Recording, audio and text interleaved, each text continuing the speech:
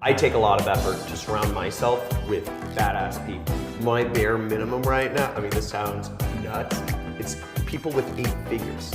Pretty interesting. Do you want me to leave or?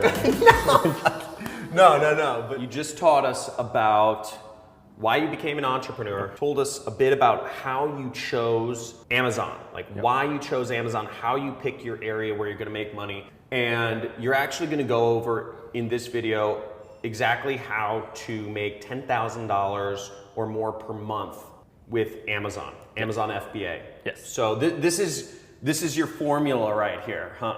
For product research it is, Okay. which is the most important aspect of Okay, it. and just to refresh people who didn't watch the previous video, if you didn't watch the previous video, go back and watch that before you get here. But basically, the way Amazon FBA works is you choose a product that you like and that you believe is gonna sell well, and then you get it from China, and then you send it to Amazon, and Amazon sells it for you, they ship it for you, and then they pay you the money. The big trick is how to pick products that are going to make you money. And $10,000 a month is, I think, a good barometer for any good life. So let's get into it. Yeah, so like I said, product research, by far most important aspect. Okay. You choose a bad product, doesn't matter how good your marketing and everything else is, it probably won't sell well. You choose a good product and you suck at everything else, it'll probably still sell well.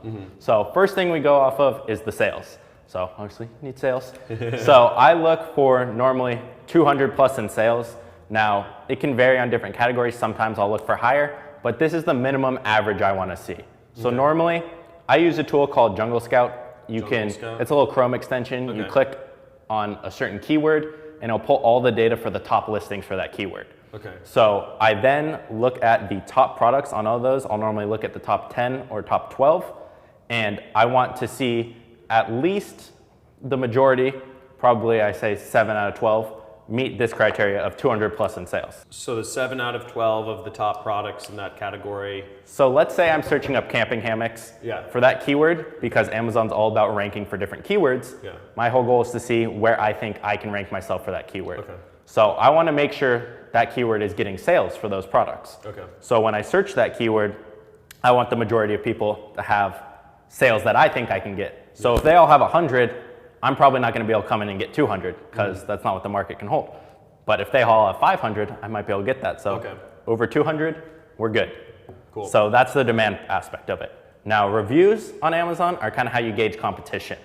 Not 100%, but normally if you see someone with 1,000 reviews versus someone with 10, you're going to buy the one with 1,000 reviews. It's just feels more professional, more real to the person. A lot of people feel like there's fake reviews on Amazon, so that's why you do want to have a good amount of reviews, which is a whole different launching strategy, which we might go over later. But I go off of under 75 reviews because I want to see how many I think I can get. And now a lot of people think, what if I can just get 200 reviews? Can I rank that high? No, it doesn't work exactly like that. But if I see, again, the majority, so 7 of the first 12 listings being under 75 reviews, then I say, okay, that's not too competitive. I can probably go after that product.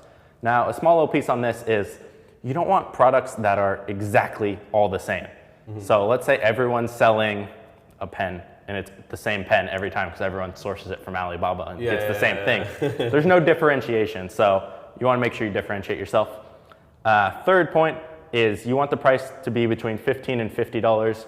Reason for the 15 is you're just too low of profit. If you're not in that range, you won't be making more than $5 a sale because Amazon takes 15% of the sale price and then their fulfillment fee, which our whole goal is small and light products because that's what the fulfillment fee is based off of. So normally it's $3 to $4 a unit. So they're taking 15%, they're taking that, you're looking at $6 in fees right there, plus your product cost and shipping from China, which maybe it will say is $4. You're already looking at $10 in cost, so 5 profit. Reason for 50, anything over 50, people really have to think about purchasing. They might have to consult their spouse and whatnot. Anything in between this range is kind of a one-click buy, super easy.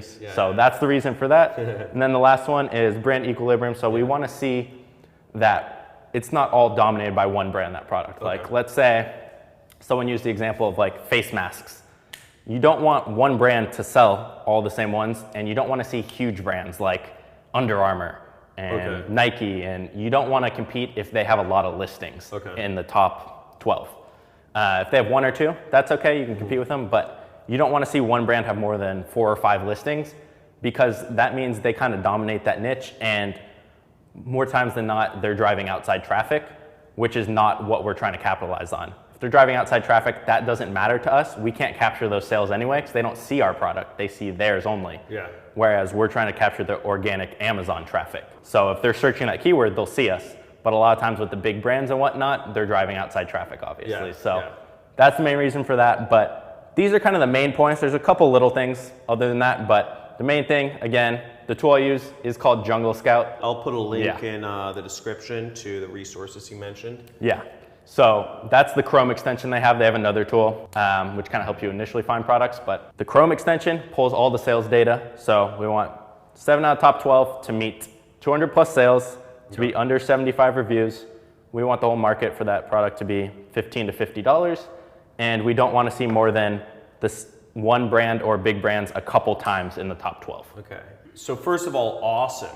One question is, I mean, you broke it down pretty simply right here. If it's this easy, why isn't everybody doing this? Or is there more to it than just this? There's more to it, but one of the things is there's not hundreds of products out there that meet this criteria at one point. They go in and out. It's kind of being first to the market with a product, and it'll meet these numbers when it's kind of growing. Example, fidget spinners. I got in on those very, very early. Are you serious? Sold them, and then they died. I don't like going for fads, but that's an example of one. Got super competitive, so when I started, it wasn't. If you look now, thousands of reviews, you can't even rank. So it just takes time to find products. It's not as easy as like, oh, I'm gonna go search for an hour or two to find a product. It can take a couple hours, it can take a couple days, a couple weeks. Normal for me is a week or two to find a product. And again, it's always a risk, but there is more to it. And usually just most of these parameters, if you know a little bit what you're doing on choosing the product, you'll be good. Your worst case normally is, oh, okay, maybe I ordered $1,000 worth of product and I sell, instead of aiming for 7 sales a day, maybe I'm hitting 3 or 4. Okay, so you're still making $20, $30 a day, so now your worst case is you're profiting $1,000 and you just don't reorder that product. So worst case is your money's tied up for 3 or 4 months if you're selling really slow. Because our initial orders are normally 200 to 500 units. So that's kind of usually your worst case. Now, can you lose money? Yes. If you do advertising and other things and you're not doing it well, you can. Will you? Probably not. That's awesome. You work with some students, don't you? You have like a training program, and yeah, you help people out. And what do you help people out with? Because I mean, it seems like it's all laid out here, but what extra stuff do you help people out I have a private Facebook group where I'll help everyone who's in my course, and they'll kind of help each other, because there's people who are brand new, who are in the middle, who are making 30+ thousand a month now.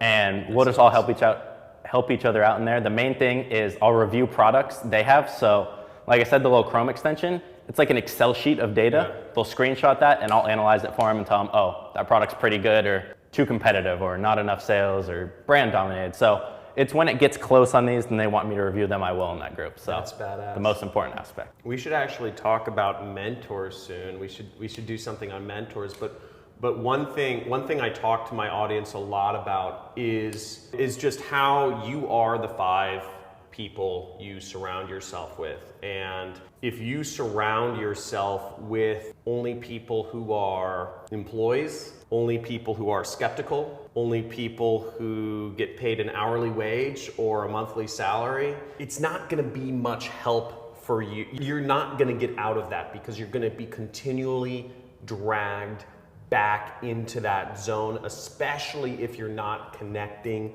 with any other people that are actually driving sweet cars, that are, you know, my buddy's buying a Gulfstream jet, you know, next month, which is really cool. You know, it's 10 to 15 million dollars, right? If you're not surrounding yourself with badass entrepreneurs. So if this is something that is, if you think you want to start an Amazon business, if that's like a direction where you say, okay, this is something I'm ready to do, dude, I would totally encourage you guys to check out this guy's training stuff. Is it all right if I put up some links or something?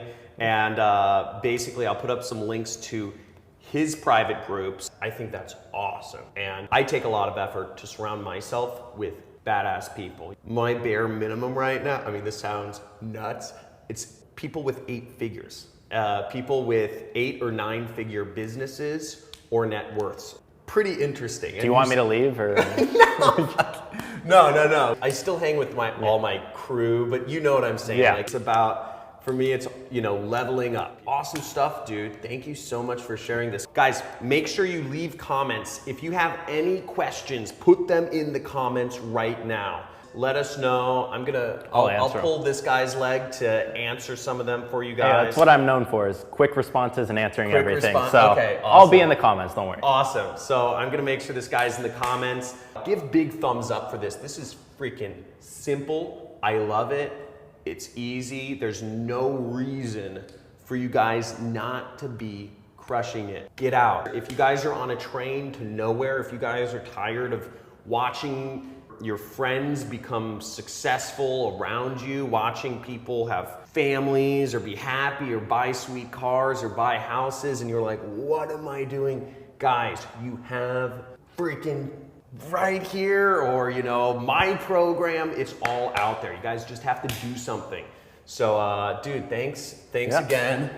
Dude, awesome stuff. And let's do I'll put up a bonus video about mentors. I don't know if you've had any mentors, but we'll go over some of those influences and some of that stuff. So thanks for watching, guys. Subscribe, probably subscribe to my channel, subscribe to this guy's channel, and I will see you guys in the next video, guys. Stay tuned for the one bonus video on mentors.